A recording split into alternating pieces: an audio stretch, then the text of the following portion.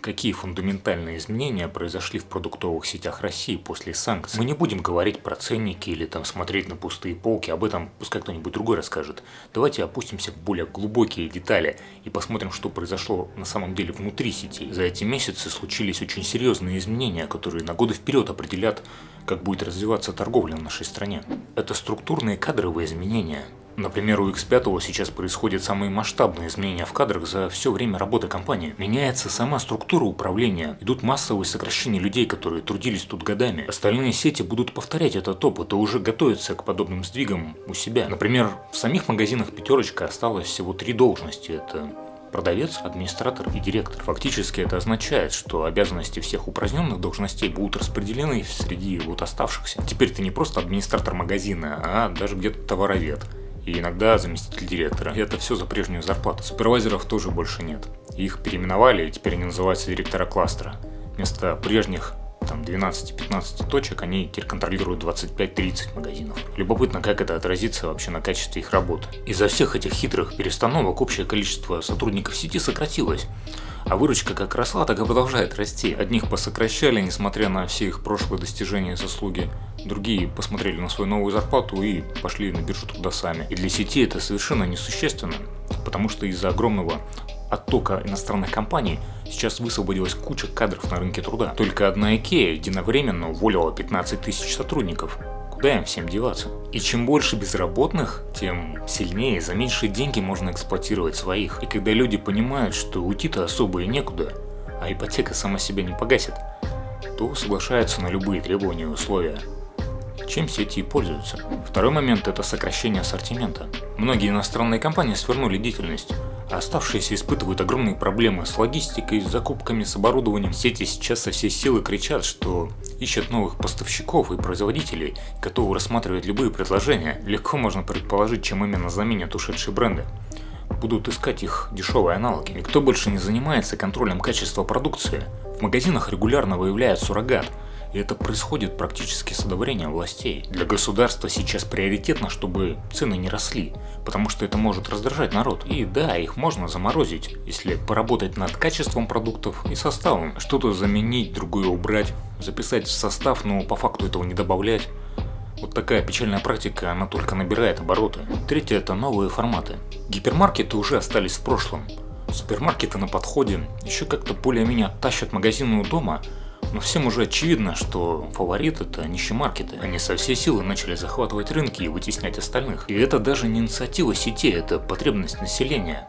Люди из пятерочек стали уходить в условный светофор. Там нет сервиса, нет ассортимента, нет стабильного качества, но есть цена. Это основной критерий для обнищавшего россиянина. Крупные торговые сети со всей силы взялись осваивать этот формат. У X5 это будут чижики, которых уже около 300, а у Магнита сеть магазинов «Моя цена», их уже больше 500. Развитие федеральных нищемаркетов будет проходить стремительно, потому что у крупных сетей есть свои склады для титульных магазинов, и этого вполне хватит для старта, а потом уже можно будет добавлять свои. Самый показательный момент – это когда чижик и пятерочка начинают работать дверь в дверь. У ПТК возникают сразу серьезные проблемы, потому что весь трафик идет в чижик и закупается строго там, а в пятерочку могут зайти по остаточному принципу, если что-то не нашли. Четвертое – это интеграция с властью.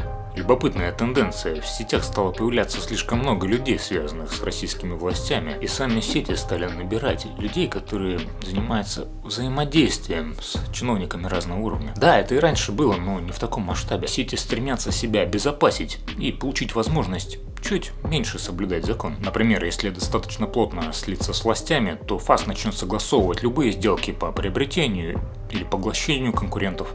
Что, собственно, уже и происходит. Политики будут очень громко с трибуны обвинять сети во всех грехах и говорить, что они сейчас как придут и закрутят гайки, но по факту сделать ничего не смогут и не захотят. И это тоже уже происходит. Пока в магазинах цены низкие, граждане находятся в каком-то более-менее спокойном состоянии. Да, вы можете удивиться, но прямо сейчас цены довольно сильно сдерживаются. Если взять и исключить весь суррогат и поставить на полке натуральные продукты стандартного объема, то у людей очень быстро вылезут глаза из орбит от увиденных цен. Главный минус вхождения чиновников в сети – это их потенциальная возможность влиять на работу торговли. Например, они могут захотеть, чтобы магазины начали продавать себе в убыток социально значимые товары. Пенсионеры могут и правда некоторое время порадоваться, пока не наступит дефицит. А вот условная мамочка с детьми будет вынуждена покупать детское питание в 2 раза дороже. Чиновники в России всегда были максимально неэффективны, способны разворовать и разрушить что угодно. Торговля для них очень лакомый кусок, но за эту их эффективность платить будет обычный потребитель. 5. Это подготовка к магнитерочке. Во время кризисов у сетей есть в принципе 2 выбора. Это первый, они пытаются максимально скукожиться, на всем экономить и стараться выжить. А второй, это набрать кредитов и пытаться расшириться и максимально поглотить конкурентов. С 2014 года была масса поглощений, и разорений маленьких локальных сеток. А весь крупняк только наращивал свое присутствие. Кто бы мог предположить, что бессменный основатель Магнита продаст свое детище. А когда-то 3-я сеть в России, Dixie, будет выкуплена, а потом продана сетью алкомаркетов красно-белая. Чем сильнее трясет экономику, тем непредсказуемее сюжеты. Например, за эти годы X5 открывал почти 20 тысяч пятерочек, и сейчас неожиданно выясняется, что это не самый оптимальный формат для россиянина. Или когда-то мощная сеть Лента, которая вот сейчас грустно сидит со своими гипермаркетами, которые давно пора хоронить. Все идет к тому, что сети будут активнее объединяться. Формально они останутся работать под прежними вывесками, но фактически у них будет один владелец.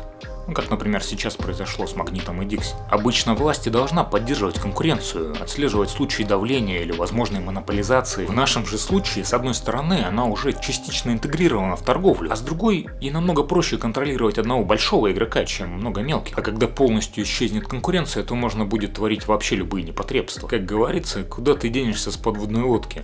Будешь покупать синюю курицу по цене мраморной говядины.